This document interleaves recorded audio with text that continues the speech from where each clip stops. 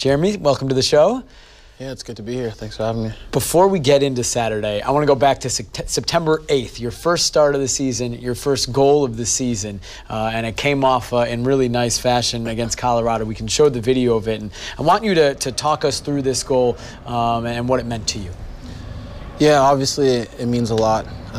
Having gotten that goal early on in Open Cup, I wanted to build off of what I considered a solid start to the year. I didn't want to come into this game and overcomplicate everything, but, I was just glad I could do my job in Colorado and get the 3 points. This goal counted. The first goal that you scored was disallowed for offside. How tough is that for a striker to look across and see the linesman flag up after you've scored a brilliant goal? Yeah, on those free kicks, I always start a little bit offside and wait for the line to drop with me. So in the back of my head, I always, not expect, but I always have to check to see if the linesman's going to raise his flag, and I checked once.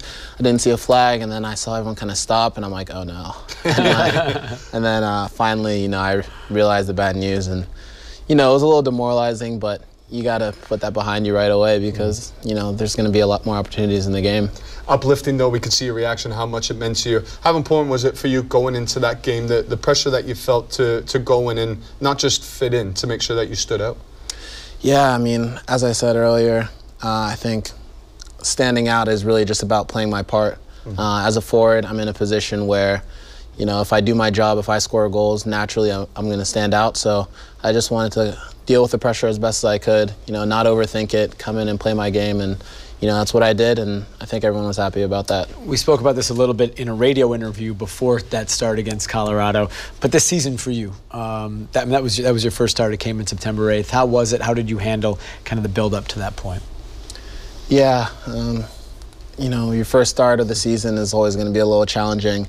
And I think maybe last year I would have handled the pressure a little bit differently in a negative way. But this year, I just wanted to take it one day at a time, the week leading into the game. As soon as I found out I was starting, I started to visualize a little bit what the game might look like. And, I tried to take a little bit of the pressure off myself because I didn't want to be super robotic out there. At the end of the day, I wanted everything to feel natural. And, that's how it came off. And, again, it meant a lot to me just to know that I had to wait a long time for this opportunity, and I could have squandered it, but I was lucky that I didn't. You're a very reflective, thoughtful player, of course. For you, what's the journey been like in terms of the growth, and how do you see yourself different this year compared to last year? I think I'm just a lot more mature off the field. Last year, a lot of the aspects on the field would put me down off the field, and then naturally that would translate to worse performances. And this year, as I said, I've taken everything day by day, focusing on each practice individually without looking ahead to each game and seeing whether I was in the 18 or even in the lineup. And I think that's allowed me to perform better in practice and ultimately put myself in a better position to get in the lineup and getting off the bench. You were telling us off camera as well, yoga this year. You found that recently it started to help you. What benefits have you gotten from that? I actually used to do yoga before I signed professionally, and I took a long time off, and finally I've gotten back into it. But I found that it helps my body a lot. Obviously, core and stability, stretching, that kind of stuff. It's really good for reinforcing those muscles. But mentally, for some reason, I've gotten really in touch with the spiritual sense of it. My yoga instructor always reminds us that it's not okay if everything doesn't feel, or it's okay if everything doesn't feel right, just to try and focus on the good and to be present in the moment. And for some reason I've just really bought into it, and it feels really, really good and allows me to better prepare myself both mentally and physically. For your skill set with guys, when you look at Colorado with Blanco around you, Valeri around you as well, how important is it for your skill set to complement those guys and to be on the same wavelength as those guys? Not only your ability as a player, but in the mind to be switched on and know what their movements are like.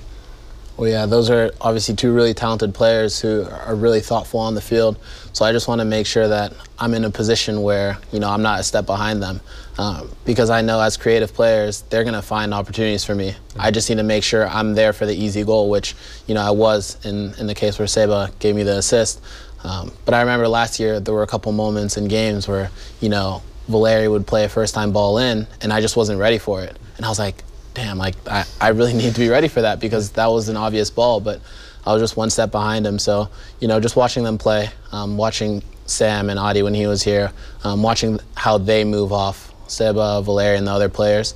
I've tried to replicate that to put myself in some good positions for them. Jeremy, when I look at it and the scouting of teams for you, do you go about your scouting looking at defensive center backs you could be going up against, or do you look at strikers like the Maxi, Rudy, Dominic, Badji to see what different skill sets you like, what you can maybe put into your game as well? Yeah, naturally, my mind drifts towards the forwards, just because I want to see what's making them successful, because we're usually seeing how they're going to hurt us and how we can prevent them from hurting us. So I'm watching the areas that they find themselves in and how they get out of those areas as well. But I definitely focus on the center backs and also the holding mids, because that kind of squares what's going to be encompassing forward throughout the game. So you know what areas they leave open for a forward to take advantage of, and you know how I can complement that space with the attacking mids or other forwards and wingers. Jeremy, we appreciate the time. Thanks for coming on the show. Good luck against FC Dallas. Thank you, guys. It'll be the Timbers and FC Dallas on Saturday at 7:30 p.m. at Providence Park. Ross Nat Borchers and I will have the TV call on Fox 12 Plus. You can also listen on the radio, 102.9 750 The Game.